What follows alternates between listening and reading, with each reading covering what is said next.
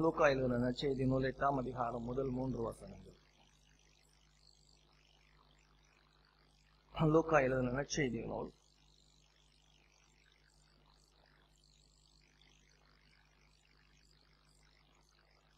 8வது அதிகாரம் முதல் 3 வசனங்கள். பின்பு அவர் பட்டணங்கள் தோறும் கிராமங்கள் தோறும் பிரயாணம் பண்ணி தேவனுடைய ராஜ்யத்துக்குரிய நற்செய்தியை கூறி பிரசங்கித்து வந்தார். 12 அவருடனே கூட இருந்தார்கள்.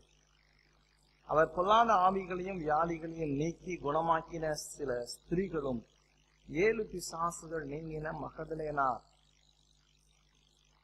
மகதலேனாள் எனப்பட்ட மரியாளும் ஏரோதின் காரியக்காரனான கூசாவின் மனைவியாகிய யோவன்னாலும் சூசன்னாலும் தங்கள் ஆஸ்திகளாலும் அவருக்கு ஊழியம் செய்து கொண்டு வந்து மற்ற அநேக ஸ்திரீகளும் அவருடனே கூட இருந்தார்கள் என்பது. இந்த ராஜ்யத்தினுடைய சுவிசேஷத்தை ஆண்டவராகிய இயேசு கிறிஸ்து இந்த உலகத்துல வாழ்ந்த பொழுது எப்படி செய்தார் என்கின்ற ஒரு காரியத்தை குறித்து இந்த பகுதியில பார்க்கலாம். இது ஆரம்பிக்கிறது பின்பு அப்படின்னு சொல்லும் பொழுது இதற்கு முன்பதாக நடந்த நிகழ்வுகள் ஒவ்வொன்றாக நாம் காணும் பொழுது நூற்றுக்கதிபதியினுடைய வேலைக்காரன் சுகமானது, நாயின் விற்று விதவையின் மகன் உயிரோடு எழுப்பப்பட்டது, அதைத் தொடர்ந்து யோவான் ஸ்நானனுடைய சீஷர்கள் அவரிடத்திலே வந்து வருகிறவர் நீதானா வேறொருவர் வர காத்திருக்க வேண்டுமா என்று சொன்னது, அவர்கள் போன பின்பு ஆண்டவராகிய இயேசு கிறிஸ்து யோவான் ஸ்நானகனை குறித்து கொடுத்த சாட்சியும், அதை தொடர்ந்து சீமோன் பரிசேயனாகிய சீமோன் வீட்டிலே அந்த ஸ்திரியானவள் நலதம் என்னும் தைலத்தை ஊற்றி இயேசுவை பணிந்து கொண்டதும் அவருடைய பாவங்கள் மன்னிக்கப்பட்டதுமான நிகழ்ச்சிகளுக்கு பின்பதாக இந்த 8ஆம் அதிகாரத்திலே முதல் 3 வசனங்கள் சொல்லுகின்றது. அந்த 3 வசனங்களை நீங்க பார்த்தீங்க அப்படின்னு சொன்னா 3 முக்கியமான நபர்கள் அதுல சொல்லப்படுகிறது. பைபிள்ல பார்த்தீங்க அப்படின்னு சொன்னா 3 நபர்கள். அங்கு வந்து ஆண்டவராக இயேசு கிறிஸ்து, அடுத்ததாக அவரோடு கூட இருந்த 12 சீஷர்கள் மற்றும் அவரோடு கூட இருந்த சில பெண்களை குறித்ததான 3 காரியங்கள் அந்த பகுதியில் சொல்லப்படுகின்றது. நமது எஜமான், அவருடைய சீடர்கள், சில பெண்கள் என்று அந்த பகுதியிலே பார்க்கிறோம். அங்கு சொல்லப்படுகின்ற ஒரு காரியம் என்ன, நமது ஆண்டவர் என்ன செய்தார் என்கின்ற அந்த காரியங்களை நம்ம பார்க்கும் பொழுது அந்த வசனம் சொல்லுகின்றது, அவர் பட்டணங்கள் தோறும் கிராமங்கள் தோறும் பிரயாணம் பண்ணி தேவனுடைய ராஜ்யத்திற்குரிய செய்திகளை கூறி பிரசங்கித்து வந்தார். இயேசு கிறிஸ்து இந்த உலகத்துல வாழ்ந்தப்ப அவருடைய பணி என்ன என்பதை இந்த பகுதி சொல்லுகின்றது. அது இயேசு கிறிஸ்துவ குறிச்சு இந்த பார்க்கிறப்ப நீங்க வேதத்தெல்லாம் இந்த சுவிசேஷத்துல படிக்கிறப்பெல்லாம் ரொம்ப மனமகிழ்ச்சியாகவும் மனரம்யமாகவும் இருக்கக்கூடிய வாழ்க்கையில நாம் கற்றுக்கொள்ளக்கூடிய அநேக காரியங்கள் இந்த சுவிசேஷத்துல இயேசு கிறிஸ்துவனுடைய வாழ்க்கையில நம்ம அதிகமா பார்க்க முடியும். அதாவது ரொம்ப வேதத்துல ரொம்ப மனமகிழ்ச்சியா மனரம்யமா படிக்கக்கூடிய காரியங்கள், ரொம்ப உன்னதமான காரியங்கள் வந்து சுவிசேஷங்கள் தான். மத்தேயு, மார்க்கு, லூக்கா, இந்த யோவான், இந்த நீங்க படிக்கிறப்ப அவ்வளோ ரம்யமா இருக்கும்.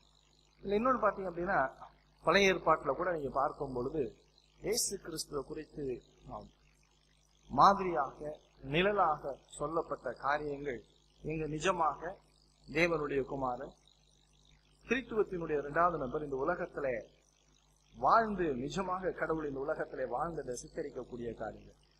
பைபிள்ல பாக்குறப்ப கடவுள் எப்படி இந்த உலகத்துல வாழ்ந்தார், கடவுளுடைய நோக்கம் என்ன இந்த உலகத்துல வாழ்ந்தப்ப, கடவுளுடைய சிந்தனைகள் என்ன இந்த உலகத்துல வாழ்ந்தப்ப, அவர் எப்படியெல்லாம் இந்த உலகத்துல வாழ்ந்தார், இதை பாக்குறப்பதான் நான் ஒரு கிறிஸ்தவனா எப்படி இந்த உலகத்துல வாழ முடியும்.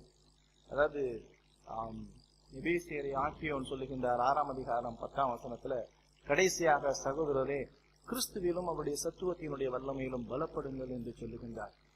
கிறிஸ்துவிலும் அவருடைய சத்துவத்தினுடைய வல்லமையிலும் பலப்படுங்கள் என்று சொல்லுகின்றார். அதாவது கிறிஸ்துவ நம்ம ஒவ்வொரு நாளும் பார்க்க அவருடைய சத்துவத்திலும் வல்லமையிலும் நம்ம பலப்படுவோம். அதை எபேசியரை ஆக்கியோன் அவர் சொல்லுகின்றார். எபேசு சபை விசுவாசிகளை பார்க்கிறப்ப சொல்றார், அவருடைய பிரகாசமுள்ள மணக்கங்களை கொடுக்கும்படியாக ஒரு வேண்டுதலை ஏறெடுக்கிறார். திருச்சபைக்கு இன்றைக்கு வேண்டியது என்ன என்று பார்க்கும் பொழுது அவர்களுக்கு பிரகாசமுள்ள மனக்கண்கள் தேவை. பிரகாசமுள்ள மனக்கண்கள், காணக்கூடிய கண்கள். யாரை காணக்கூடிய கண்கள்? தேவனை காணக்கூடிய கண்கள். இந்த உலகத்தை காணக்கூடிய கண்கள் இன்னைக்கு விசுவாசிகளுக்கு ரொம்ப இன்றியமையாததாக காணப்படுகின்றது. ஒவ்வொரு விசுவாசியும் இந்த உலகத்துல வாழ்றப்ப தினந்தோறும் நம்மளுடைய கிருபையின் காரியங்கள் நமக்கு கையில கொடுக்கப்பட்டிருக்கிறது. கர்த்தர் நம்ம கையில வேதத்தை கொடுத்திருக்கிறார். வேதாகமத்தை நீங்க படிக்கும் பொழுது அநேக அற்புதமான மகிமையான காரியங்களை நம்ம என்ன செய்ய முடியும் அப்படின்னு சொன்னா வேதத்துல நீங்க பார்க்க முடியும். ஒவ்வொரு நாளும் நீங்க வேதம் படிக்கிறப்ப கிறிஸ்துவை நீங்க காண முடியும். கிறிஸ்துவை நீங்க ஒவ்வொரு நாளும் காணும் பொழுது மன மகிழ்ச்சியாக மனரம்யமாக வாழ முடியும்.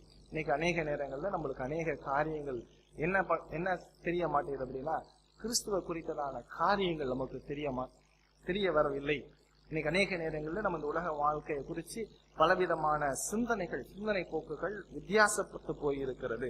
இன்னைக்கு கிறிஸ்துவ நீங்க தெளிவா நீங்க பாக்குறப்பதான் நீங்க யாருன்னு உங்களுக்கு நல்லா தெரியும். கிறிஸ்துவ பார்க்கிறப்பதான் இந்த உலகத்துல நம்மளுடைய பணி என்னங்கிறது நம்மளுக்கு புரியும். இந்த உலகம் அப்படின்னா என்னன்னு தெரியும். இந்த திருச்சபையில அநேக நேரங்கள் நீங்க வேதம் வாசிக்கிறப்போ உங்களுக்கும் எனக்கும் நல்லாவே தெரியும். திருச்சபையில அநேக முறை போதிக்கப்பட்ட ஒரு காரியம், தெளிவாக சொல்லப்படுகின்ற காரியம், நாம் இந்த உலகத்துக்கு உரியவர்கள் அல்ல. நாம் இந்த உலகத்துக்குரியவர்கள் அல்ல. இந்த உலகத்தை விட்டு கடந்து போகக்கூடியவர்கள். இந்த உலகம் நமக்கு சொந்தமானது அல்ல. இதெல்லாம் நம்மளுக்கு நல்லாவே தெரியும். ஆனா நம்ம வாழ்றப்ப என்ன எப்படி வாழ்ந்து கொண்டிருக்கிறோம் அப்படின்னு சொல்லி நீங்க சிந்திச்சு பார்த்தீங்க அப்படின்னு சொன்னா அநேக நேரங்கள்ல நம்மளுடைய வாழ்க்கைகள் எல்லாம் இந்த உலகம் சார்ந்ததாகவே இருக்கின்றது. இப்படிப்பட்ட ஒரு சூழ்நிலையில இந்த இடத்துல எஜமானனாகிய நம்மளுடைய ஆண்டவராகிய இயேசு கிறிஸ்து இந்த உலகத்துல வந்தப்ப எப்படி வாழ்ந்தார் என்பதை சிந்தித்து பார்க்கும் பொழுது மிகவும் அற்புதமான ஆச்சரியமான ஒரு காரியமாக இருக்குது.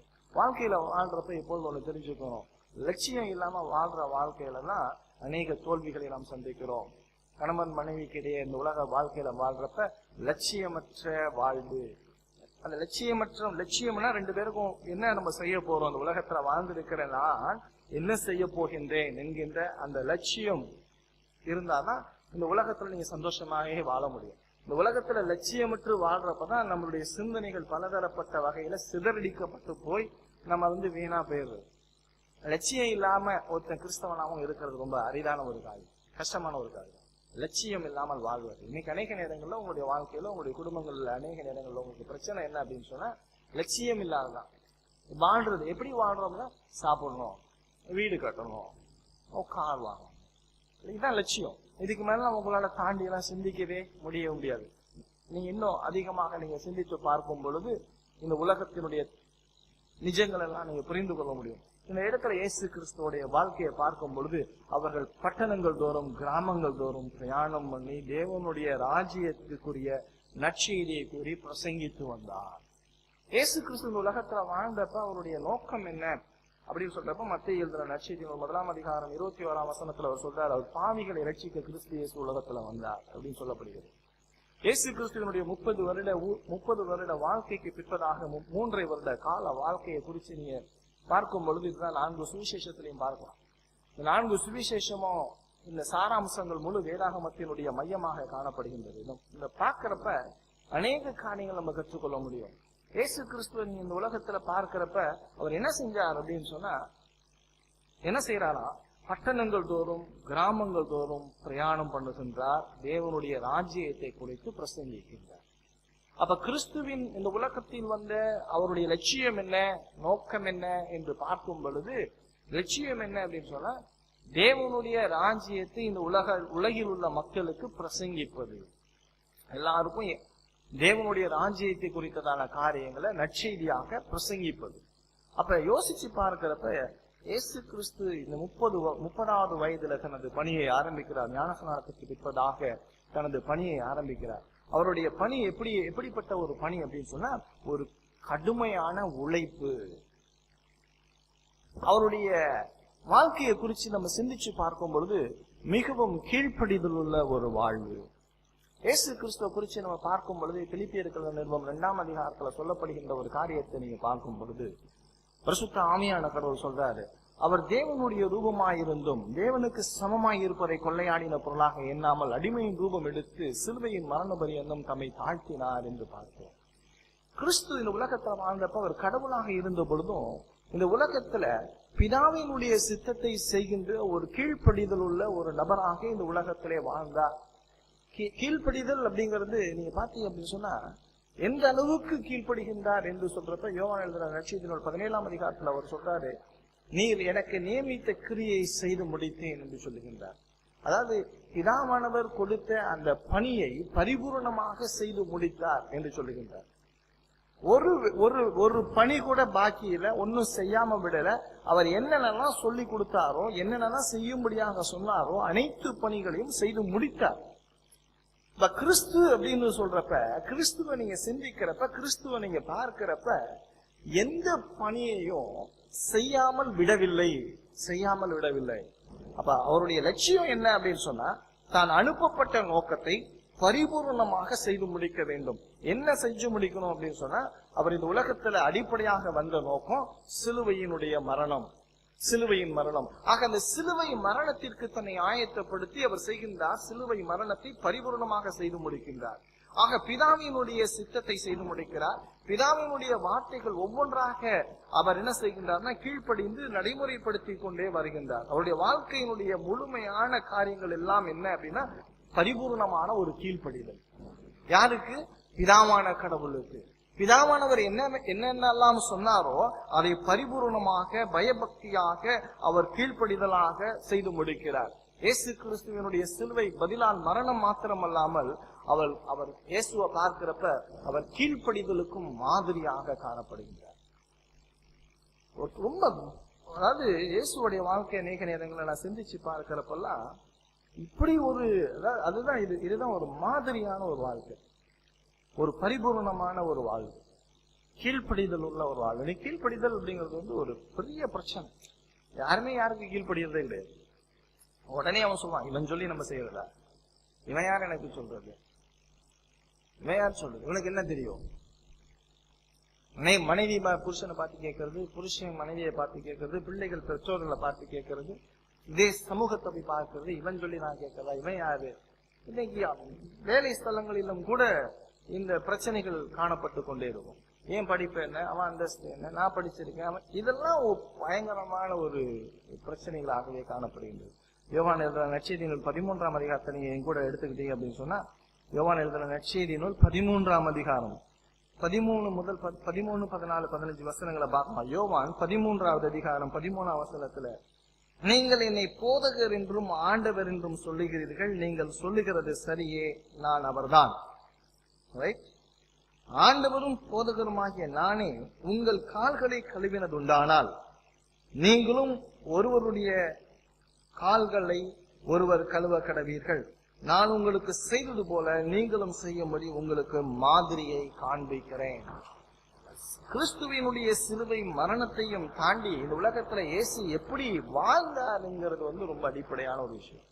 இன்னைக்கு சமூகத்துல ஏற்படுகின்ற மிகப்பெரிய பாதிப்புகளுக்கெல்லாம் ஒரு காரணம் என்ன, ஒரு மாதிரியற்ற ஒரு வாழ்க்கை இந்த உலகத்துல காணப்படுகின்றது.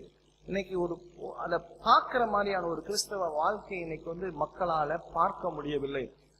அநேக நேரங்கள்ல நான் உங்களுக்கு ஏற்கனவே நான் வேலை செய்த ஒரு ஆபீஸ்ல திருட்டுன்னு ஒண்ணு போனுச்சு அப்படின்னு சொன்னா, திருட்டு போச்சு அப்படின்னு சொன்னா உடனே அவங்க என்ன செய்வாங்கன்னா, எனக்கு என்னுடைய சீனியர் ஆபீசர் ஒருத்தர் இருப்பார், அவர் கிறிஸ்டியன், அவர் ஒரு நல்ல கிறிஸ்தவர், அவர் பேர் டேனியல், அவர் தான் சொல்லுவாங்க, அவர் அப்பாயிண்ட் பண்ணுங்க அப்படின்னு சொல்லுவாங்க. சார் ஆபீஸ்ல எந்த திருட்டு போனாலும் என்கொயரிக்கு அவர் தான், ஏன்னா ஸ்ட்ரைட் ஃபார்வர்டா இருக்கும், பொய்யே இருக்காது, நிஜமாவே இருக்கும். இன்னைக்கு அப்படிலாம் கிடையாது. இன்னைக்கு ரொம்ப படுமோசமான காரியங்களை செய்யறதெல்லாம் யாரு? கிறிஸ்தவர்கள் தான். என்னது இதெல்லாம் கொள்ளடிக்கிறான், சர்ச்சையை கொள்ளடிக்கிறான், சர்ச்சையை வித்து சாப்பிடுறான்.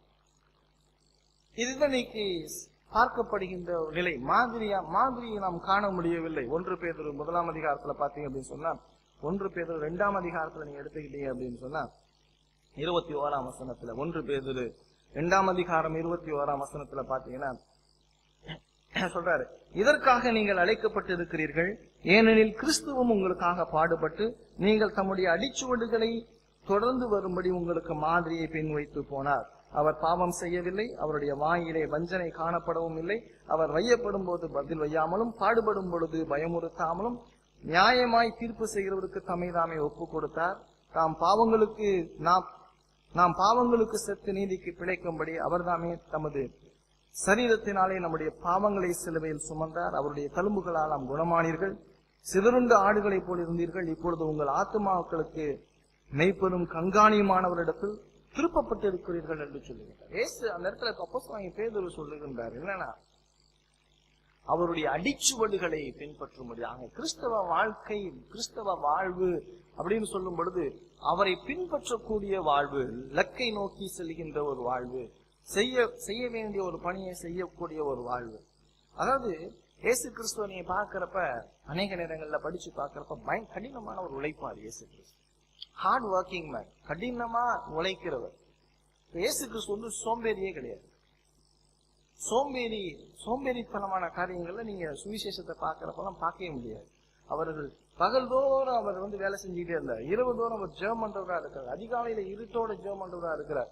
எங்கெல்லாம் இந்த வசனத்தை நான் வாசிக்கிற பட்டணங்கள் தோறும், கிராமங்கள் தோறும் நடந்து போய்கிட்டே இருந்திருக்கிறார். எவ்வளவு தூரம் அவர் நடந்து போயிட்டே இருந்திருப்பாரு யோசிப்பார்.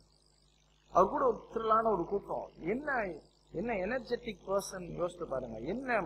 என்னன்னா அவருடைய சிந்தனைகள்லாம் என்ன அப்படின்னா லக்கு தான். செய்ய வேண்டிய பணிதான் அவருடைய சிந்தனையாக இருக்கு. அவருக்கு தெரியும் தான் யாருன்னு தெரியும், எப்படிப்பட்டவர்கள் தெரியும். ஆனா இருந்த பொழுதும் அவருடைய நோக்கங்கள் எல்லாம் என்ன அப்படின்னு சொன்னா அவர் செய்ய வேண்டிய பணி.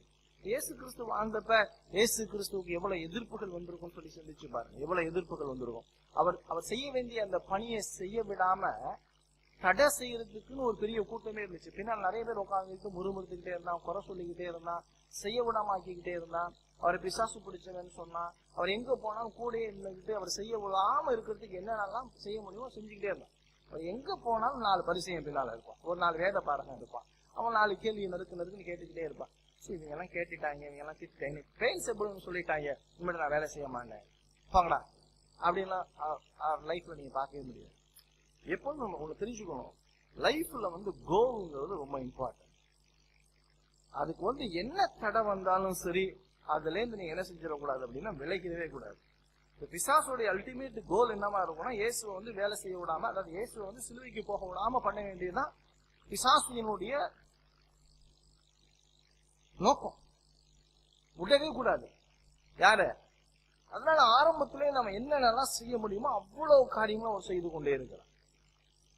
அவரை சோதிக்கிறான், வேலை செய்ய விடாம பண்றான், அவரை சுத்தில ஆட்களை வச்சு நெருக்கிக்கிட்டே இருக்கிறான். குற்றம் கண்டுபிடிக்கிறதுக்காகவே ஒரு திரள் கூட்டம் பின்னால உட்காந்து சுத்திக்கிட்டே இருக்கிறான். அவன் பார்த்து இதன் மத்தியிலும் ஏசனார் வந்து சலைச்சவரே கிடையாது. இப்ப என்ன இங்க படிக்கணும் அப்படின்னு சொன்னா, என்ன படிக்கணும் அப்படின்னு சொன்னா, லட்சியங்கள் பணிகளை செய்யும் பொழுது பணிகளுக்கு எதிரடியாக வருகின்ற அந்த லக்கு தான் நம்மளுக்கு நோக்கமே தவிர, இதெல்லாம் சில்ற காரியங்கள்லாம் தட்டிக்கிட்டே போயிட்டு இருந்தார் இயேசு கிறிஸ்து. அதுக்கெல்லாம் பதில்லாம் கிடையவே கிடையாது. நிறைய நேரத்துல பதில்லாம் கிடையாது. சொல்ல வேண்டிய நேரத்துல பதில சொல்லிட்டு செய்ய வேண்டிய பணியை ரொம்ப சீரா சிறப்புமா எந்த அளவுக்கு செய்ய முடியுமோ அந்த அளவுக்கு அவர் செய்து கொண்டே போய்கொண்டே இருந்தார். வாழ்க்கையில எப்பொழுதும் நம்ம அழைக்கப்பட்ட அழைப்புக்கு பாத்திரவான்களாக நடந்து கொள்ள வேண்டும். விசுவாசிகள், உங்களை கர்த்தர் என்ன நோக்கத்துக்காக அழைத்து இருக்கிறாரோ அந்த நோக்கத்துக்காக கடின உழைப்போடு அந்த பணியை நீங்களும் நானும் செய்ய வந்து என்ன செய்யப்பட்டிருக்கோம் அப்படின்னு சொன்னா அழைக்கப்பட்டு இருக்கிறோம்.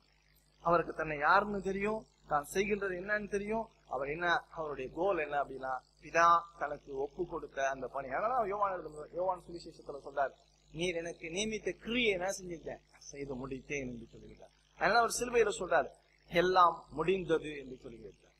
முடிஞ்சிருச்சு அப்படின்னு சொன்னா அதுல பெர்ஃபெக்ஷன் இருக்கு, அதை செய்ய வேண்டியதெல்லாம் செஞ்சு முடிச்சிட்டாரு. இன்னைக்கு நீங்களும் நானும் கூட அநேக நேரங்கள்ல பெர்ஃபெக்டா செய்ய முடியலனாலும், குறைவுள்ளவர்களாக காணப்பட்டாலும் கூட லக்க விட்டுறக்கூடாது, சோம்பேறியா இருக்கக்கூடாது. கிறிஸ்தவ வாழ்க்கையில வந்து சோம்பேறித்தனத்துக்குலாம் இடமே இருக்கக்கூடாது. அநேக நேரங்கள்ல நம்மளுடைய வாழ்க்கையில அநேக நேரங்கள் எப்படி இருக்கு அப்படின்னு சொல்லி பாத்தீங்கன்னா, தூங்கியே பாதி நேரம் போயிடும். கேட்டா சொல்லுவான், சும்மா படுத்திருக்கேன். சும்மா படுப்பானா? படுத்தே இருப்பான், வேலையே செய்யறது கிடையாது, படுத்து இருக்கிறது. கேட்டா சொல்லுவான், இடுப்பு வலிக்குது, அப்புறம் சொல்லுவான் தலை வலிக்குது, இல்ல கை பிடிச்சிக்கிச்சு, குறுக்கு பிடிச்சிக்கிச்சு. உனக்கு எல்லாமே பிடிச்சுதானே இருக்கு, எது பிடிக்காம இருக்கு? எது பிடிக்கலன்னு சொல்லுங்க, எல்லாத்துக்கும் பிடிக்கும். இதான் யோசிச்சு பாருங்க. ஈவ்லின் பிராண்ட் அம்மையார் புருஷன் கணவன் இறந்து 40 வருஷம், அதாவது அயராத ஒரு உழைப்பு. அவங்க சொல்றாங்க 93 வயசு வரைக்கும், அது 93 வயசு வரைக்கும் சமதளமான பகுதிகளை வேலையே செய்யல. ஈஸ்டர்ன் காட்ஸ் முழுசும் வேலை செஞ்சிருக்கிறாங்க. நல்லா யோசிச்சு பாருங்க, புருஷன் இல்ல எவ்வளவு ஆபத்துகள் வந்திருக்கும். யோசிச்சு பாருங்க, எவ்வளவு ஆபத்துகள் வந்திருக்கும் வாழ்க்கையில. இப்பயாவது நம்மளுக்கு போக்குவரத்துக்கு எவ்வளவு வசதிகள் இருந்துருச்சு. அன்னைக்கெல்லாம் எப்படி இருந்திருக்கும்னு யோசிச்சு பாருங்க. இன்னைக்கு நம்ம கார்ல போலாம், ஆனா அன்னைக்கெல்லாம் கார்ல நம்ம போக முடியாது. இன்னைக்கு சாப்பாடு என்ன வேணாலும் நம்ம சாப்பிட முடியும், அன்னைக்கு சாப்பிட முடியாது. மருந்து வசதிகள் இருந்துச்சு, அன்னைக்கு அதெல்லாம் கிடையாது. ஆனா அவங்களுடைய லட்சியம் என்ன, நோக்கம் என்ன? சும்மா சாதாரணமானவங்களாம் ஒண்ணும் கிடையாது. சாதாரணமான ஒண்ணுமே இல்லாதவங்க எல்லாம் கிடையாது. நல்ல வசதி வாய்ப்போடு இருந்தவர்கள் தங்களுடைய வாழ்க்கையை கிறிஸ்துவுக்காக அர்ப்பணித்து தேவனுடைய ராஜ்யம் கட்டப்பட வேண்டும் என்கின்ற அதீதமான ஒரு நோக்கம், அழிந்து போகின்ற ஆத்துமாக்கள் மீது மிகவும் கரிசனை கொண்டவர்களாக. இன்னைக்கு திருச்சபைகள்ல இப்படிப்பட்ட மக்கள்லாம் இன்னைக்கு காணப்படவே இல்லை. ரொம்ப வேதனையான ஒரு விஷயம். யோசிச்சு பார்த்தா இன்னைக்கு நம்முடைய தேசத்தினுடைய நிலையை யோசிச்சு பார்த்தீங்க அப்படின்னு சொன்னா, இன்னைக்கு யாருக்கும் மக்கள் மீது கரிசனையே கிடையாது. மக்கள் மீது கரிசனையே கிடையாது. எலெக்ஷன் வருது, எப்ப பிள்ளைங்களுக்கு பரிசு வச்சிருக்க நேரத்துல எலெக்ஷன், சரியா? பொதுநல சிந்தனை மக்களுக்கு கிடையாது. பொதுநல சிந்தனையே கிடையவே கிடையாது. அடுத்தது பாருங்க, பிள்ளைங்கெல்லாம் பரிசு எழுதிட்டு இருக்கிறாங்க, ஐபிஎல்னு போட்டு அவன் டிவியில பாதி நேரத்தை இருக்காங்க. இவனுங்களுக்கு மக்கள் கரிசனையே இவங்களுக்கு கிடையவே கிடையாது. கரண்ட் இல்ல, முற்போக்கு சிந்தனையா ஏற்கனவே தெரியும். நம்மளுடைய நாட்டுல 12 மணி நேரம் 13 நேரம் எலக்ட்ரிசிட்டி இல்ல, இதை குறிச்சதான சிந்தனை போக்கு இல்ல. மழை இல்ல, இன்னைக்கு மழையே பெய்யல. தண்ணீர் என்ன செய்ய போறோம், அதுக்கான சிந்தனைகள் கிடையாது. எங்க பார்த்தாலும் சாராய கடையும் குடியும் போதையும் விபச்சாரமும் பெருகி போய் மக்களை சிந்திக்க விடாம ஆக்கி கொண்டிருக்கிற நிலைப்பாடு. இன்னைக்கு நல்லா யோசிச்சு பாருங்க, கிறிஸ்தவர்களாக்கிய நீங்கள் நான் சிந்திக்க வேண்டிய ஒரு காரியம் ஒண்ணு தெரிஞ்சுங்க.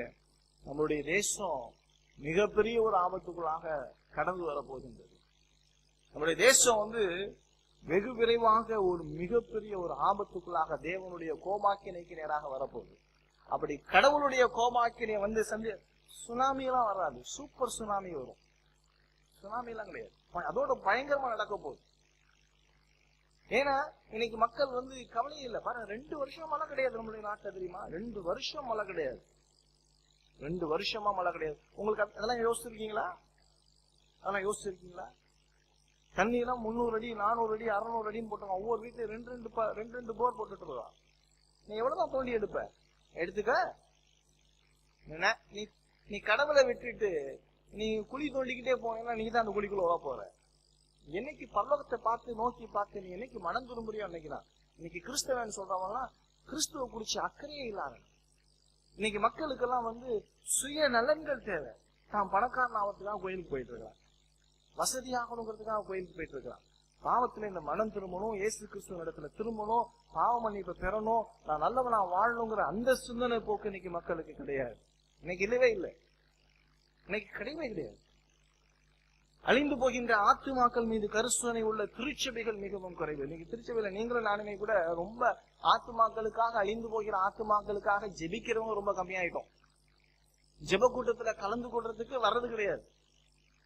ஜெப கூட்டம்னா வர்றதே கிடையாது. அவனுக்கு சுயநலம் தான், நான் நல்லா இருக்கணுங்க, அப்படிதான் அவனுக்கு கவலை. அதெல்லாம் எப்படி சரி வரும் நீங்க நல்லா யோசிச்சு பாருங்க. ஜெப கூட்டத்துக்கே வராம ஒருத்தன் எப்படி கிறிஸ்தவனா இருக்க முடியும்னு எனக்குலாம் தெரியவே இல்லை. அழிஞ்சு போயிட்டு இருக்கிறான், தினந்தோறும் செத்து போயிட்டு இருக்கான். நல்லா தெரிஞ்சுங்க, மறிச்சிட்டீங்களா, செத்துட்டா அதுக்கப்புறம் அவ்வளவுதான், முடிஞ்சு போச்சு. அதாவது நீங்க ரொம்ப ஆழமா சிந்திச்சு பாருங்களேன். நித்தியமான ஒரு வாழ்க்கைக்கு மக்களை அழைப்பிக்கிற ஒரு பணியோட வேற பணி உலகத்துல எதுவுமே சிறந்ததான ஒரு பணியாக சொல்லவே முடியாது. இயேசு கிறிஸ்து உலகத்துல வாழ்றாரு. எவ்வளவு நாள் வாழ்றாரு பாருங்க, ரொம்ப குறுகிய வருஷம். 3.5 வருஷம் தான் அவருடைய ஊழிய பணி. 3 வருஷம்னாலும் எஃபெக்டிவ் மினிஸ்ட்ரி. சும்மாலாம் ஓய்ந்து சோர்ந்தெல்லாம் இருக்கவே கிடையாது, இறங்கி வேலை செஞ்சுக்கிட்டே இருந்தார். நீ என்ன பணி பண்றன்னு சொல்லுங்க, நீ என்ன செய்றீங்கன்னு சொல்லி யோசிச்சு பாருங்க. நீங்க செய்கின்ற பணி எதுக்கு? உனக்காக வாழ்ந்துட்டு இருக்க. நீங்க உன்னுடைய சுயநலத்துக்காக வாழ்ந்துட்டு இருக்கிற, உன்னுடைய குடும்பத்துக்காக, உன்னுடைய பிள்ளைங்களுக்காக, பேர பிள்ளைங்களுக்காக வாழ்ந்துட்டு இருக்கிற. கிறிஸ்துவுக்காக நீ என்ன பணி செய்து கொண்டு இருக்கிறாய்? நீ கிறிஸ்தவனா இல்ல திருச்சபையில சரியான சத்தியத்தை கேட்டு வாழ்ந்து கொண்டு இருக்கிற உன்னை பார்த்து நான் கேட்கக்கூடிய ஒரு போதகனா, உன்னை பார்த்து கேட்கக்கூடிய ஒரு கேள்வி என்ன? நீ கிறிஸ்துவுக்காக என்ன செஞ்சிட்டு இருக்கிற? எவ்வளவு பணிகள் இருக்கிறது, என்ன செஞ்சிட்டு இருக்கிறேன்னு சொல்லி பாருங்க. இயேசு கிறிஸ்துவ இடத்துல நீங்க பார்க்கும் பொழுது ஒரு கடினமான ஒரு உழைப்பாளியாக அவர் இந்த இடத்துல அவர் காணப்படுகிறார். ஒரு கடினமான ஒரு உழைப்பாளி. தேவனுடைய அழிந்து போகின்ற ஆத்துமாக்கள் மீது கரிசனை. பாவத்துல விழுந்து போன மனுஷன் ஒருத்தன் உலகத்துல பறந்துட்டான் அப்படின்னு சொன்னா அவன் மறிக்கிறதுக்குள்ள சுவிசேஷத்தை கேட்டு அவன் வளர்ந்துருமோ. அதான் அடிப்படையான சிந்தனை நம்மளுக்கு எல்லாம் அதுவாதான் இருக்கும்.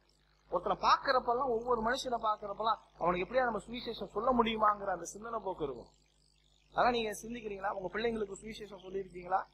உங்க பிள்ளைங்களை குறிச்சு உங்களுக்கு என்ன கவலை, உங்க என்ன அக்கறை? பிள்ளைங்களுக்கு சாப்பாடு போட்டு நீங்க என்ன நினைச்சுக்கிட்டீங்க? நான் சாப்பாடு போட்டு நல்ல சாப்பாடு நல்ல உடைய கொடுத்துட்டேன்னா என் பிள்ளைய நல்லா வச்சிருக்கேன். ஐயோ பைத்தியக்காரன் நீ உன்ன மாதிரி உலகத்துல ஒருத்தர் அடிமுட்டால் உலகத்துல ஒண்ணுமே கிடையாது. அது ரெண்டாம் தரமான ஒரு விஷயம். உலகத்துல நரகத்துக்கு போயிட்டா அவ்வளவுதான். இந்த உங்க எல்லாருக்கும் தெரியும், கொஞ்ச நாளைக்கு முன்னால பாத்துறீங்க, அமுதாவுடைய பெரியம்மா இங்க வந்து உட்கார்ந்து இருப்பாங்க. ஒரு வயசான ஒருத்தவங்க பாத்துறீங்களா? வயசானமா ஒருத்தவங்க பார்க்கலாம். போன வாரம் ஒரு செய்தி, அவங்க இறந்துட்டாங்க. எல்லாம் எப்படி இறந்துட்டாங்க அப்படின்னா, தூங்கிட்டு இருக்கப்பே அவ்வளவுதான், மஞ்சள் போச்சு. தூங்கிட்டு இருக்கப்பே என்ன நடந்துச்சுன்னு அவங்களுக்குமே தெரியல. ராத்திரி தூங்கினாங்க, 11 மணி வரைக்கும் பேசிட்டு இருந்திருக்காரு. ராத்திரி காலையில எந்திரிக்கிற அவ்வளவுதான், முடிஞ்சு போச்சு.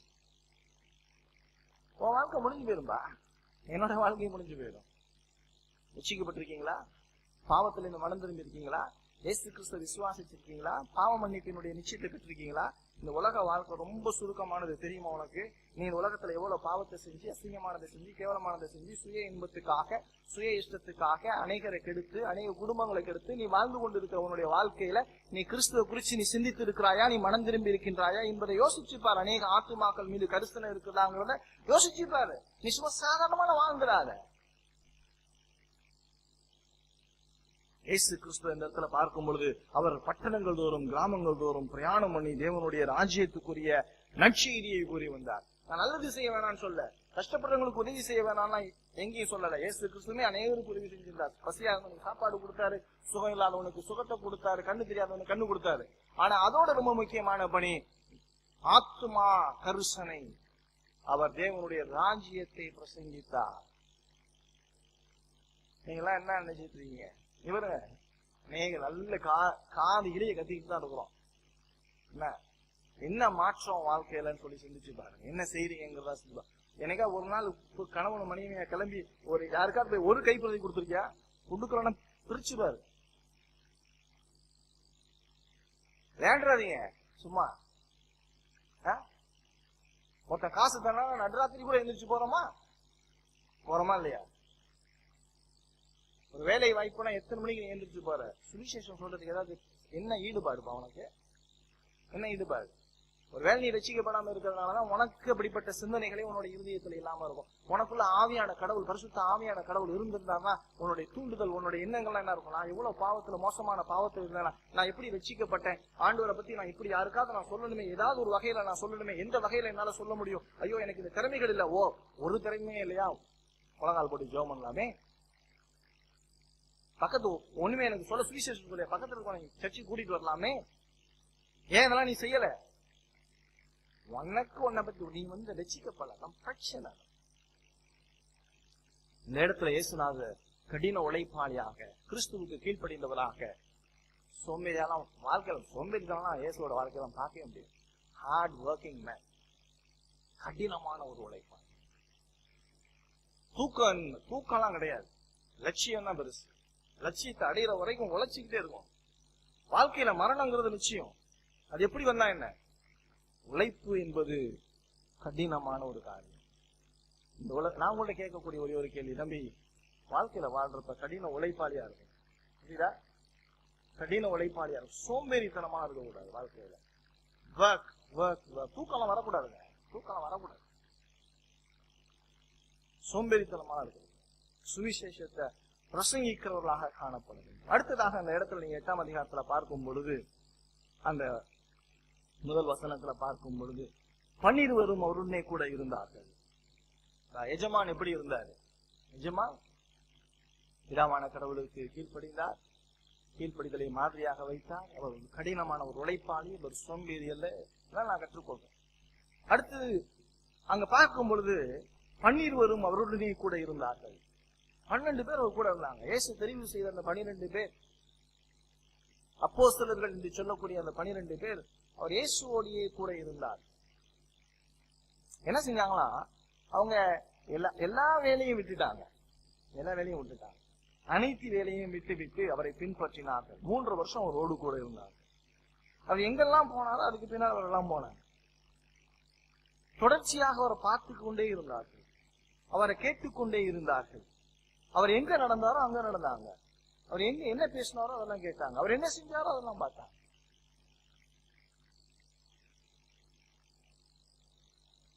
அவர் எல்லா வகையிலும், அவர் எந்தெந்த வகையில 3 வருஷம் அவர் கூட இருந்தப்ப 3 வருஷம் எப்படி எல்லாம் அவரை பார்த்திருப்பாங்க.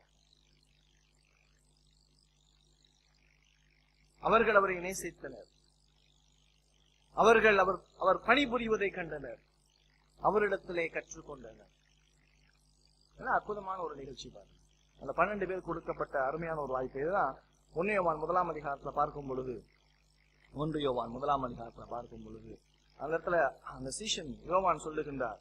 1 யோவான் 1ஆம் அதிகாரம் 1ஆம் வசனத்துல, ஆதி முதல் இருந்ததும் நாங்கள் கேட்டதும் எங்கள் கண்களினாலே கண்டதும் நாங்கள் நோக்கி பார்த்ததும் எங்கள் கைகளினாலே தொட்டதுமாயிருக்கிற ஜீவ வார்த்தையை குறித்து உங்களுக்கு அறிவிக்கிறோம். ஆதி முதல் இருந்ததும் நாங்கள் கேட்டதும் எங்கள் கண்களினாலே கண்டதும் நாங்கள் நோக்கி பார்த்ததும் எங்கள் கைகளினாலே தொட்டதுமாயிருக்கிற ஜீவ வார்த்தையை குறித்து உங்களுக்கு அறிவிக்கிறோம். என்ன சொல்றாரு? இந்த யோவானை குறிச்சு நீங்க பார்க்கிறப்ப இந்த யோவான் சொல்றாரு, ஒரு இடத்துல சொல்றாரு, வானத்துல இந்த அக்கினியை வரவழைச்சு எல்லாம் கொண்டுடலாமா அப்படின்னு சொல்லி கேட்கிறாரு. அவருடைய வாழ்க்கையில மாபெரும் மாற்றம். இயேசுவை பார்த்துட்டு, இயேசு செய்யற காரியங்கள் எல்லாம் பார்த்துட்டு அவர் சொல்றாரு. பின்னால அவருக்கு பேர் அன்பின் சீஷன் என்று பார்க்கிறோம். அன்பின் சீஷனாக அவர் காணப்படுகிறார். பேதுருவை பார்க்கிறோம். மறுதலித்தவன் கிறிஸ்துவை தெரியாது என்று சொன்னவன். அப்போஸ்தலர் நடவடிக்கைகள் 2ஆம் அதிகாரத்துல பார்க்கும் பொழுது, அநேகருக்கு முன்பதாக இவரே ஆண்டவரும் இரட்சகருமாக தேவன் ஏற்படுத்தினார் என்று சொல்லுகின்றார். 4ஆம் அதிகாரம் 12ஆம் வசனத்துல சொல்லுகின்றார், அவராலே அன்றி வேறு ஒருவராலும் ரட்சிப்பு இல்லை, நாம் ரட்சிக்கப்படும்படிக்கு வானத்தின் கீழ் எங்கும் மனுஷனுக்குள்ளே அவருடைய நாமமே அல்லாமல் வேறொரு நாமம் கட்டளையிடப்படவும் இல்லை என்று சொல்லுகின்றார். இந்த பேதுரு தான் என்ன செய்யறார் அப்படின்னு சொன்னா, அப்போஸ்தலர் 12ஆம் அதிகாரத்துல சிறைச்சாலையில நாளை காலையிலே அவன் மரணம் என்று சொல்லும் பட்சத்துல அயர்ந்த நித்திரையாய் தூங்கிக் கொண்டிருக்கிறார்.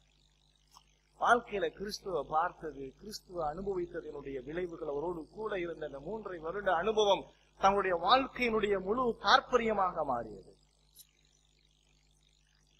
கோபமா இருந்தவன் அன்பா மாறிட்டான். மறுதளிச்சவன் கிறிஸ்துவ திஷ்டாந்தப்படுத்துகின்றார். தமஸ்குவிலே மனம் மாறினவன் ரோமாபுரியிலே சுவிசேஷத்தை சொல்லுகின்றவனாக தேவன் மாற்றினார். இது என்ன அப்படின்னு சொன்னா, கிறிஸ்துவோடு இருந்தது, கிறிஸ்துவோடு இருப்பது. இன்னைக்கு நீங்களும் நானும் கிறிஸ்துவோடு எவ்வளவு நேரம் செலவு செய்யறோம்? நீங்களும் நானும் எவ்வளவு நேரம் உங்களுடைய வேத வாசிப்பு இருக்கு? தினந்தோறும் சொல்றோம், உங்களை பாக்குறப்பெல்லாம் பைபிள் வாசித்தீங்களா அப்படின்னு கேட்கிறோம். பைபிள் வாசித்தீங்களா? பாக்குறப்பெல்லாம் கேட்கக்கூடிய ஒரு கேள்வி. ஆனா உங்களை பாக்குறப்பெல்லாம் நீங்க உங்க வீட்டுல டிவி முன்னால உட்கார்ந்து இருக்கிறதா நான் பாக்குறது.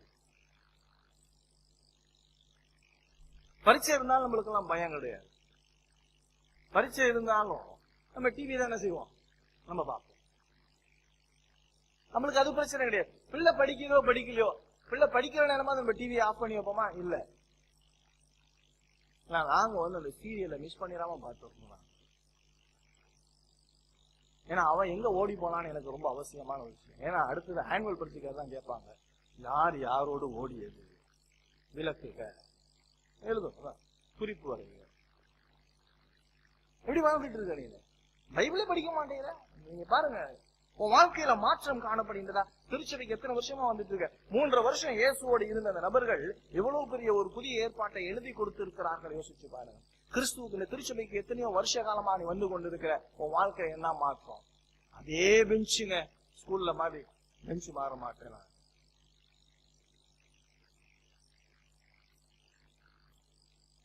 9:50 தான் நான் வருவேன், அதை தாண்டி எல்லாம் வர மாட்டேன். லேட்டுனா என்னைக்குமே நான் லேட்டு தாங்க, அதெல்லாம் மாற்றமே கிடையாது. காணிக்க கொடுக்கறதுல மாற்றமே கிடையாது, அதேதான், ஒண்ணு கூட மாற மாட்டேன். ஊழியத்துல பங்கு எடுப்பா, நீங்க கூப்பிட்டுக்கிட்டே இருங்க, நான் வரமாட்டேன். ரட்சிக்கப்பட்டிருக்கியாப்பா? ரட்சிக்கப்பட்டிருக்கியா? உன் சரீரத்துக்காக எவ்வளவு பிரயாசப்படுற, அழிஞ்சு போற ஒரு காரியத்துக்காக நீ படுகின்ற பிரயாசம் எவ்வளவு பிரயாசம் யோசிப்பாரு. சீஷர்களுடைய வாழ்க்கையில என்ன அற்புதமான ஒரு நிகழ்வு. அடுத்ததாக அங்கு பார்க்கின்றோம், அங்கு சில பெண்களை பார்க்கின்றோம்.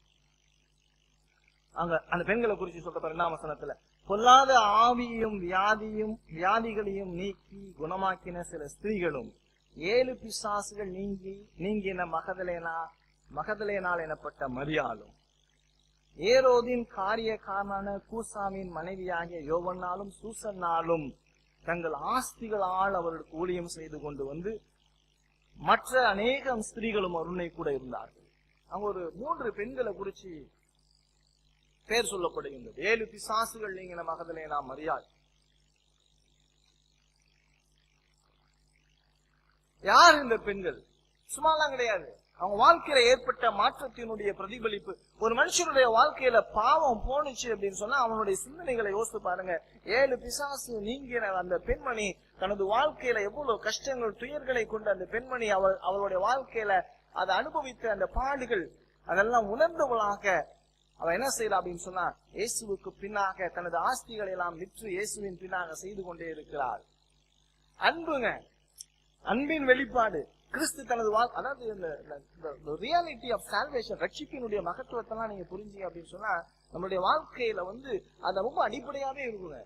அதாவது பரிசுத்த ஆவியான கடவுள், அதாவது வேதம் சொல்லுது எபேசியர் 1ஆம் அதிகாரத்துல 13-14 வசனங்கள்ல, நீங்கள் சத்திய வசனமாகிய சுவிசேஷத்தை கேட்ட பொழுது பரிசுத்த ஆவியானவரால் என்ன செய்யப்பட்டிருக்கீங்கன்னா முத்தரிக்கப்பட்டு இருக்கிறீர்கள். கேட்க வேண்டிய கேள்வி, நீ ஒரு விசுவாசி, அவனுக்குள்ள பரிசுத்த ஆவியானவருடைய முத்திரை இருக்கின்றதா? அந்த சீல் இருந்துச்சுன்னா உனக்கு ஜீல் இருக்கும். உனக்கு சீலும் கிடையாது, ஜீலும் கிடையாது. ஏன் தெரியுமா? நீ முத்திரிக்கப்படல. ஆவியானவர் உனக்குள்ள இருந்தா அந்த அகத்தூண்டுதல் எப்படி இருக்கும்னு நினைக்கிறீங்க? தூங்க முடியாது. அதாவது தாவீது சொல்றாரு, நான் உறவாடும்படியாக அதிகாலையில என்னை எழுப்பி விடுகிறீர்கள். கடவுள் ஆண்டவரை என்ன செய்யலாம், அவனை எழுப்பி விடுறாங்க, தூங்க விடாம. எழுந்திரிச்சு வாப்பா, பைபிள் படிக்க வாப்பாங்கிறாங்க. உணர்வுகள், இது மாதிரியான உணர்வுகள் உங்களுக்குள்ள இருக்குதா? இது இல்லைன்னா நீ ரட்சிக்கப்படல. திருப்பி நான் சொல்லிக்கிட்டே வருவேன். நான் நல்லா தெரிஞ்சுக்கங்க, ரட்சிக்கப்படல, நீ மனம் திரும்பல, நீ பாவத்துல இருந்து இன்னும் விலகி வரல. நீனு உனக்கு சும்மா இது ஒரு சோசியல் ரெகக்னிஷன். உனக்கு நான் ஒரு கிறிஸ்தவன் ஆயிட்டேன், எனக்கு ஊரெல்லாம் என்னை கிறிஸ்தவன் சொல்லிட்டாங்க, ஆகவே நான் கிறிஸ்தவனா இருந்தா நான் கோயிலுக்கு போகணும், இந்துவா இருந்தா இந்து கோயிலுக்கு போற மாதிரி நான் கிறிஸ்தவனா இருக்கணும், நான் கிறிஸ்தவ கோயிலுக்கு போகணும், நான் போய் 1 மணி நேரம் உட்காந்துட்டு வந்துடணுங்க, அதுதாங்க எனக்கு திருப்தி. அதனால நீ வந்து கொண்டு இருக்க. அதெல்லாம் கிறிஸ்தவமே கிடையவே கிடையாது. அதெல்லாம் நீ மனம் திரும்பவே இல்ல. நீ பாவ மன்னிப்பு நிச்சயத்தெல்லாம் நீ பெறவே கிடையாது. உனக்கு பாவ மன்னிப்பினுடைய நிச்சயம் இருந்துச்சு. அந்த 7 பிசாசுகள் நீங்கின அந்த மகதலேனா மரியாள் என்ன செய்தால்? இயேசுவை பின்பற்றினாள். அது அன்பின் வெளிப்பாடு. அது எண்ணங்கள், ஏக்கங்கள் எல்லாம் என்னவா இருக்குன்னா, கிறிஸ்துவ இந்த உலகத்துல நான் கிறிஸ்துவனா ஒருத்தர் இருந்துட்டேன் அப்படின்னு சொன்னா, ரட்சிக்கப்பட்டுட்டேன் அப்படின்னு சொன்னா, கிறிஸ்துவுக்காக ஏதாவது செஞ்சுக்கிட்டே இருக்கணும். ஏதாவது ஒரு வகையில என்ன செய்யணுங்கிற அந்த சிந்தனை ஓடிக்கிட்டே இருக்குங்க. வேற எதுவுமே ஓடவே ஓடாது. ஏன்னா எனக்குள்ள ஆவியானவர் இருக்கிறார். ஒரு மனுஷனை பார்த்தா ரட்சிக்கப்பட்டிருக்கேன், அவன் ரட்சிக்கப்படல, ஐயோ அவன் நான் ரட்சிக்கப்பட்டிருக்கேன், அவன் ரட்சிக்கப்படலையே, அவன் நரகத்துக்கு போயிடுவானே, இந்த சிந்தனை கூட உனக்கு நீ வரல அப்படின்னு சொன்னா நீ யாரா இருக்க முடியும்? நீ பிசாசா தான் இருக்க முடியும், வேற யாராவுமே இருக்க முடியாதே. அவனா நான் ரட்சிக்கப்பட்டிருந்தா உனக்கு அடிப்படையான ஒரு சிந்தனை, உன்னுடைய தகப்பனை பாக்குறப்பயோ, உன்னுடைய தாயை பாக்குறப்போ, உன்னுடைய பிள்ளைகளை பாக்குறப்பயோ உன்னுடைய ஏக்கங்கள் எல்லாம் என்னவா இருக்கும் அப்படின்னு சொன்னா, ஐயோ இது நரகத்துக்கு போதே. ரட்சிக்கப்படாத ஒரு மனுஷனை பாக்குறப்பெல்லாம் உனக்கு என்ன சிந்தனை வரணும்? ஐயோ நரகத்துக்கு போதே. இங்க கோயிலுக்கு கூட்டம் கூட்டமா போயிட்டு இருக்கான், பாக்குறவனெல்லாம் பாக்குறப்ப அவன் சொல்றான், ஐயோ நரகத்துக்கு போதே அப்படின்னு சொல்லி. நேத்து மோடி சொல்றாப்புல, நான் ஆர்எஸ்எஸ் சொல்றதுல நான் பெருமைப்படுறேன் அப்படிங்கிற. நீ கிறிஸ்தவன் சொல்றத என்னைக்காவது பெருமைப்பட்டிருக்கியா? He declared himself that he is an RSS fellow. இவனுக்கு ஜால்ரா அடிக்கிறதுக்கு போட்ட மோகன் சி லாசரஸ் அவன் ஜால்ரா அடிக்கிற RSS காரனுக்கு.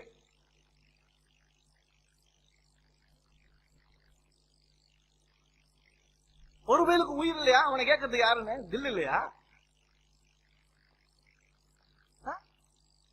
ஒருத்தன் போய் விபூதி தட்டெல்லாம் வாங்கி கொண்டு போய் அவனை கும்பிட்டுட்டு வந்தான். இவன் அவனுக்கு ஓட்டு போடுங்கிறான். என்ன நிலப்பாடு இன்னைக்கு? நீ கிறிஸ்தவன் சொல்லிக்கிறதுக்குள்ள உனக்குள்ள எண்ணங்கள் வருகின்றதா, சிந்தனை போக்கு வருதா? அவங்க என்ன செஞ்சாங்களா, அந்த அவரை நேசித்தார்கள். யோசித்து பாருங்க, அந்த நாட்கள்ல பெண்கள் வெளியே கூட வர முடியாது. புருஷன் இல்லாம பெண்கள் வெளியே வர முடியாது. 2000 வருஷத்துக்கு முன்னாடி புருஷன் இல்லாம பெண்கள் வெளியே வர முடியாது. பெண்கள்லாம் வீட்டுலதான் இருக்க முடியும். இன்னைக்குமே நம்மளுக்கு அது பிரச்சனை தானே, பிரச்சனை தானே. அதனாலதான் இன்னைக்கு பெண்ணியம் சொல்லி பேசிட்டு இருக்கோம். அப்ப இவ்வளவு எதிர்ப்புகள் வந்திருக்கும், அந்த பெண்களுக்கு எவ்வளவு எதிர்ப்புகள் வந்திருக்கும். எதிர்ப்புகள் மத்தியிலும் அந்த பெண்கள் கிறிஸ்துவுக்காக தங்களுடைய ஆஸ்திகளை எல்லாம் விற்று கிறிஸ்துவுக்காக என்ன செஞ்சாங்களாம், கொடுத்து உதவினார்கள். சொத்தெல்லாம் கொடுத்துட்டான், வித்துட்டாங்க. பிளண்டா தெரிஞ்சு போச்சு வாழ்க்கை என்னன்னு சொல்லி. ஒரு ரியல் சால்வேஷன் ஒரு மனுஷனுக்குள்ள வர்றப்பெல்லாம் அந்த மனமாற்றத்தினுடைய வெளிப்பாடு வித்தியாசமாக. யோசிச்சு பாத்தீங்கன்னா, எந்த ஒரு பொண்ணும் முத்தம் கொடுத்து இயேசுவை காட்டி கொடுக்கல. எந்த ஒரு பொண்ணும் இயேசுவை மறுதளிச்சு ஓடி போகல. சிலுவையில நிக்கிற வரைக்கும் கடைசி வரைக்கும் பெண்கள் தான் இருந்தாங்க. உயிர்த்தெழுதல முதல் நாள் பெண்கள் தான் முதல் நின்று பார்த்தாங்க. அப்ப அந்த பெண்கள் எப்படிப்பட்ட ஒரு மனநிலையில கிறிஸ்துவுக்காக ஒரு சேவகம் பண்ணி இருப்பார்கள் சொல்லி சிந்திச்சுப்பாங்க. இந்த மகதலேனா மரியாள் தன்னுடைய வாழ்க்கையில தேவன் செய்த அந்த நன்மையை உணர்ந்தவளாக தன்னை இழந்து கிறிஸ்துவுக்காக பணி செய்தார். அடுத்தது கூசாவின் மனைவியாகிய யோவன்னாள். சாதாரணமான ஒரு பெண் கிடையாது. பேரை சொல்றப்ப சாதாரணமான ஒரு பெண்மணி எல்லாம் கிடையாது. ஏரோது வீட்டுல இருக்கிற காரியக்காரனுடைய மனைவி அவள். அவ பெரிய ஐஸ்வர்யமானவள். இயேசுவை பின்பற்றினோம்னா எல்லாம் ஏழை தர்த்தரெல்லாம் நினைச்சிடாதீங்க. ரிச் பீப்புள் எல்லாம் பின்னால வந்திருக்காங்க. பெரிய பணக்கார ஐஸ்வர்யவான்கள் அவளை பின்பற்றி இருக்கிறாங்க. எல்லாரும் ஏழை மீனவன் நினைச்சிடாதீங்க. இவங்க என்ன செஞ்சாங்களா, இயேசுக்காக யோசிச்சு பாருங்க. இயேசு போறாரு அப்படின்னு சொன்னா, இயேசு போறாரு அப்படின்னா இயேசுக்கு சுத்தி 12 பேர் இருக்கலாம். 12 பேர் யார் சாப்பாடு போடுறது? யார் சாப்பாடு போடுறது? இப்ப இவங்க எல்லாம் என்ன செஞ்சாங்க, பின்னால இருந்து பேக்கப் பண்றாங்க. கடவுளுடைய ஆதீன திட்டத்தின்படி அவர்கள் எல்லாம் அந்த ஊழியத்தை தாங்குகின்றவர்களாக. நீங்க எந்த வகையில இந்த ஊழியத்தில் உங்களுடைய பேக்கப் பின்னணி இருக்கு? ஏதாவது இந்த ஊழியத்தில், இந்த திருச்சபையினுடைய ஊழியத்துல உங்களுடைய பின்னணி என்ன? ஏதாவது ஒரு வகையில இந்த திருச்சபைக்கு தேவனுடைய ராஜ்ய கட்டுமான பணியில நீங்க ஏதாவது உங்களுடைய பங்களிப்பு இதுல ஏதாவது ஒரு பகுதியில் இருக்குதா? ஏதாவது ஒரு பகுதியில் நீங்க யோசிச்சு பாருங்க. அப்படி இல்லைன்னா நீங்க ரசிக்கப்படலன்னு நான் திருப்பி சொல்ல முடியும். ஏதாவது ஒரு வகையில ஏதாவது ஊழியத்துல பங்கெடுத்திருக்கீங்களா? ஒரு கைப்பிரதி கொடுக்கறதுல பங்கெடுத்தீங்களா? ஒரு ஹாஸ்பிட்டல் ஊழியத்துக்கு போயிருக்கீங்களா? இல்லாட்டி ஒரு கவர் மடிச்சு கொடுக்க வந்திருக்கீங்களா? இல்லாட்டி போஸ்ட் ஆபீஸ்ல போய் போட்டிருக்கீங்களா?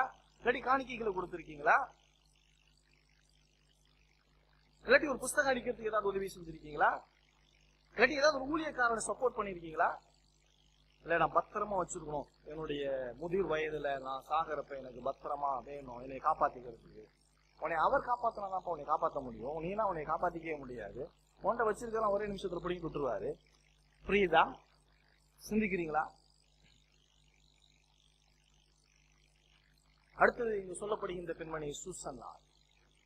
ஒரே இடத்துல சொல்லப்பட்டிருக்கு. மகதலேனா மரியாள், யோவன்னாள், சூசன்னா. இவங்க 3 பேர் என்ன செஞ்சிருக்காங்க அப்படின்னு சொன்னா, கிறிஸ்துவினுடைய பணியை அற்புதமாக செய்து வந்தார், கொடுத்து உதவியவர்கள். நீங்க பாத்தீங்க அப்படின்னு சொன்னா 2 கொரிந்தியர்ல 8ஆம் அதிகாரத்துல 2 கொரிந்தியர் 8ஆம் அதிகாரத்தை என்னோடு கூட நீங்க திருப்பிக்கிட்டீங்க அப்படின்னு சொன்னா,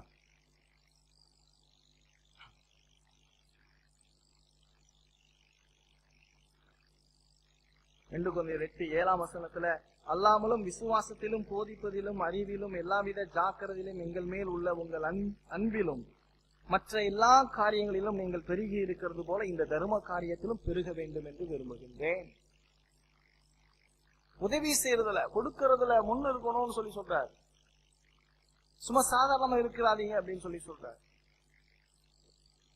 ரோமர் கழுத நிருபம் 16வது அதிகாரத்துல பாருங்க. ரோமர் 16வது அதிகாரத்துல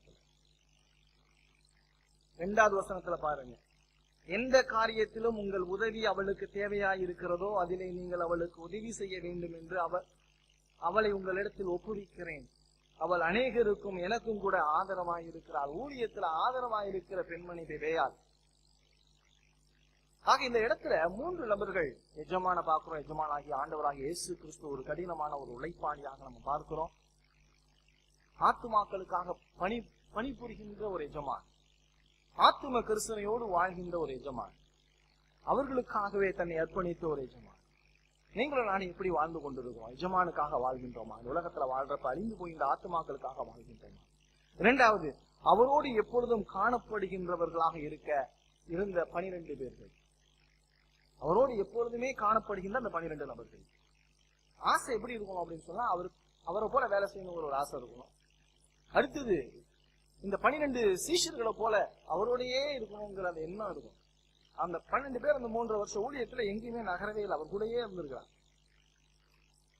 மரியாள் தன்னை விட்டு எடுபடாத நல்ல பங்கை தெரிந்து கொண்டார். இயேசுவினுடைய பாதத்தில் அமர்ந்திருந்து இயேசுவையை கற்றுக்கொண்டு இயேசு சொன்ன காரியங்களை, இயேசுவினுடைய வாய்மொழிகளை கேட்டுக்கொண்டே இருந்து வந்தவர்.